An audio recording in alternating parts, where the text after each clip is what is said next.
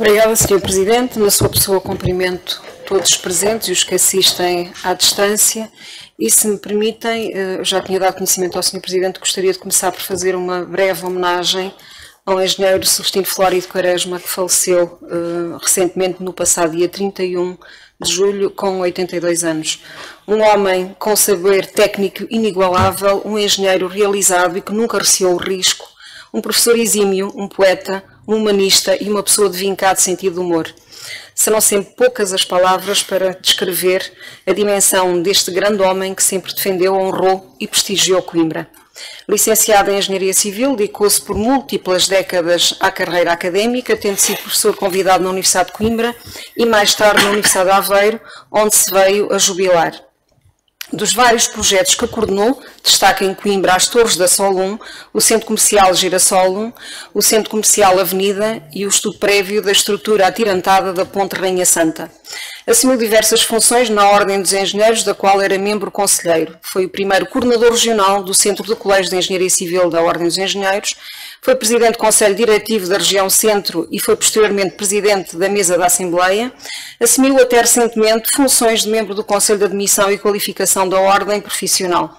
Foi membro do Comitê Europeu de Monitorização da FEANI e presidente da respectiva Comissão Nacional. Muito atento a tudo o que se passava em Coimbra e na região centro, foi candidato a deputado do Partido Socialista pelo Círculo de Coimbra para as eleições legislativas de 4 de outubro de 2015. Não foi eleito, mas tal não o impediu de expressar a sua visão e saber nos seus múltiplos artigos de opinião para jornais locais, onde regularmente opinava com sabedoria sobre diferentes temas, atento sempre à sua veia profissional e literária. Reconhecendo o mérito deste membro, a Ordem dos Engenheiros atribuiu-lhe em 2023 a medalha de prata numa cerimónia que encheu o auditório do Centro de Congressos em Aveiro com um estrondoso e infindável aplauso em pé. Também o município de Vila Nova de Poiares o distinguiu com a medalha de ouro de mérito municipal. Enquanto militar, recebeu o louvor de comandante-chefe das Forças Armadas na Guiné. Já algo debilitado, deu-nos a honra da sua presença no Salão Nobre da Câmara Municipal no passado dia 15 de março para assistir à apresentação do Plano Pormenor da Estação Intermodal de Coimbra, sessão que, apesar de longa, assistiu até ao término com grande interesse e entusiasmo. Coimbra está mais pobre, perdeu um grande engenheiro, um grande professor, um grande cidadão, um grande humanista, um grande homem. Para mim, foi tudo isso e muito mais. Foi um grande orientador, um grande mestre, um grande colega e, sobretudo, um grande amigo. Não posso deixar de lamentar profundamente a perda deste grande amigo e de apresentar em nome da Câmara Municipal, mas também em meu nome próprio, as mais sinceras condolências à família, em particular à doutora Celeste, sua esposa, e aos dois filhos, à Ana e ao João Pedro. O homem desapareceu, mas o seu enorme legado ficará eternizado entre nós, nos seus textos, obras, ações e memórias. Agora, se me permite, então, passaria, por um lado, a responder às interpelações que aqui foram feitas de forma muito sintética, porque eu acho que há questões que já não vale a pena se discutirem. No que respeita à Ponte Rainha Santa, a obra está a decorrer com normalidade e, portanto, não há nada que faça prever, eu disse Rainha Santa, desculpem, Rainha Santa era o projeto do engenheiro Quaresma. A Ponte de Santa Clara. A Ponte de Santa Clara estão neste momento as obras a decorrer com normalidade, é essa a indicação que tenho. Vou fazer um ponto da situação esta sexta-feira, que faço sempre visita às obras na sexta-feira de manhã e esta está programada já para esta sexta-feira. Portanto, na próxima reunião de Câmara estarei em melhor condições de dizer o estado do que agora ou até lá, mas tudo indica que vamos cumprir devidamente os prazos. Eu sempre fiz a ressalva de qualquer imprevisto, e pode acontecer, há achados arqueológicos que nos podem obrigar a parar uma obra de qualquer das maneiras, e se isso vier a acontecer, temos sempre a garantia de que abriremos a ponte de forma condicionada, mas abrirá naturalmente a ponte. Mas está prevista abrir no final do mês, como disse. Depois haverá uma fase, isso não quer dizer que abre sem qualquer tipo de condicionamento, irá abrir, como eu na altura expliquei, há uma segunda parte da rotunda que é feita já com a ponte aberta. Não haverá viragem à esquerda da Ponte Santa Clara para a zona da estação de Coimbra A. Terão que dar a volta junto ao Parque à Ensoa dos Ventos. Portanto, é isso que está previsto no plano, no PST, que foi devidamente aprovado. Em relação à senhora engenheira Rosa, a senhora vereadora Rosa Cruz, falou aqui na residência de estudantes da Baixa, posso informar que está para iniciar a obra. Portanto, serão mais algumas camas que irão ser oferecidas. Esta obra será promovida pelo Fundo Boxe, tem licenciamento aprovado, não havia financiamento, já tem financiamento neste momento e, portanto, é uma questão meramente de contratação que já estava em curso antes de férias, portanto, eu imagino que mais um mês, menos um mês, teremos a obra a iniciar. Em relação ao Sr. Vereador Francisco Queiroz, falou aqui na situação de Ceira. Obviamente que a Câmara tem conhecimento dessa situação, eu já falei nela mais do que uma vez aqui também nas reuniões de Câmara, inclusive eu lembro nas Torres dos Mondegos voltei a falar nessa situação, é um desabamento de terras muito grave que ali ocorreu, que tem obviamente uma origem que será geológica, geotécnica grave, de algumas fendas, eventualmente alguns estratos impermeáveis que ali possam existir e de águas. É sempre isso que leva normalmente a escorregamentos. Portanto, é uma situação grave, mais do que isso, é uma obra cara. Eu já na altura disse que seriam 600, 1000, mas neste momento a perspectiva é que seja uma obra para perto de 2 milhões de euros. Portanto, é uma obra que não se faz de um dia para o outro. O que está a ser feito, a Câmara tem conhecimento, e encerramos, e é importante também chamar aqui a atenção de que não podem retirar estas barreiras físicas.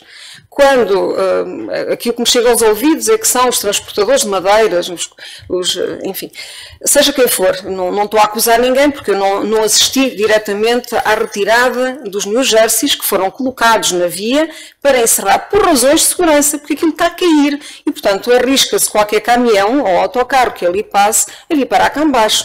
E nessa altura não pode ser a Câmara responsabilizada porque tivemos o cuidado, há sinalização local a impedir o trânsito, há um corte por razões de segurança que foi inclusive também terminado pela própria Proteção Civil. Portanto, há que respeitar esta situação.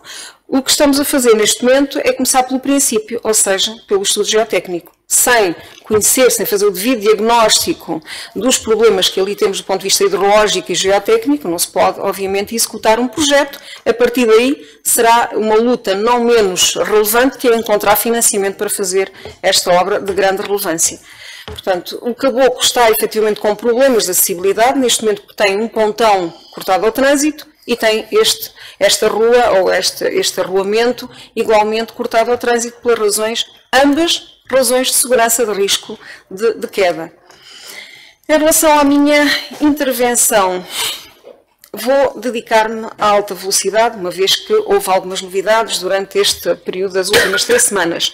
Foi lançado no passado dia 26 de julho concurso internacional para concessão da parceria público-privada, que eu vou passar a designar de PPP2, para a concessão-construção do segundo troço da linha de alta velocidade, troço Oiã-Açor, o qual inclui a estação intermodal de Coimbra, a única estação integrada neste troço. Esta operação assenta num modelo similar ao usado para a PP1, Porto Oiã, e está sustentada na resolução do Conselho de Ministros publicada no passado dia 22/7, que autoriza as Infraestruturas de Portugal a realizar uma despesa a preços correntes até 4,6 mil milhões de euros para esta PPP. Deste valor, 4,2 milhões de euros são destinados à concepção, projeto, construção, financiamento, manutenção e disponibilização do troço entre Oiã e Açor e 495 milhões de euros à execução de projetos, expropriações e obras que foram objeto de candidatura a Programa de Fundos Europeus CEF2. Na prática, e descontando os cash flow futuros, a despesa líquida atual prevista é de 1,6 mil milhões de euros, valor que representa o valor máximo da adjudicação submetida a concurso. Também a União Europeia já deu luz verde ao projeto de alta velocidade, atribuindo à construção da primeira fase do projeto, ou seja, entre o troço Porto-Açor, 813 milhões de euros de fundos europeus, 249 milhões dos quais estão alocados a esta PPP2. O lançamento desta concessão é a oportunidade aguardada por Coimbra para o arranque da concretização do plano pormenor da estação intermodal de Coimbra e que, para além de dotar a cidade e região de uma estação intermodal preparada para receber a alta velocidade, articulada com restantes modos de transporte, serve ainda de motor para a dinamização e desenvolvimento territorial daquela zona degradada. Ali deverá nascer uma nova centralidade para Coimbra, onde se articulam diferentes usos e funções de forma harmoniosa, coordenada e funcional. A concessão do projeto caberá ao adjudicatário do concurso terá em conta os estudos em desenvolvimento no âmbito do Plano Pormenor da Estação de Coimbra, cujas peças orientadoras integram desde já o procedimento concursal. Cientes da relevância que assume a solução arquitetónica da futura estação, assim como a qualidade, fluidez e funcionalidade dos acessos por diferentes modos de transporte à mesma estação, estas duas componentes foram devidamente valorizadas e integradas de forma ponderada nos critérios de avaliação das propostas, afirmando-se a Estação de Coimbra como o fator-chave e crítico desta fase do projeto. Assim, o fator preço foi reduzido a 80%, reservando os restantes 20% para a garantia do fator qualidade da solução global. Sublinhe-se que o fator qualidade da proposta do troço OIE-Açor se concentra na avaliação da proposta da Estação de Coimbra, atribuindo-lhe um peso de 75% à qualidade arquitetónica, paisagística e funcional da estação, reservando os restantes 25% para a avaliação da qualidade dos acessos sul à futura estação. Em termos globais, constata-se assim que a Estação de Coimbra assume um peso de ponderação de 15% do global da proposta, acrescido de 5% associados aos acessos sul, valor acima do considerado na PPP1, Porto Oiã, que se cifrou nos 10,5% de ponderação absoluta, quer para a Estação de Campanhã, no Porto, quer para a de Santo Ovídio, em Vila Nova de Gaia, reservando ainda 9% de ponderação absoluta para a nova ponte sobre o Ridor.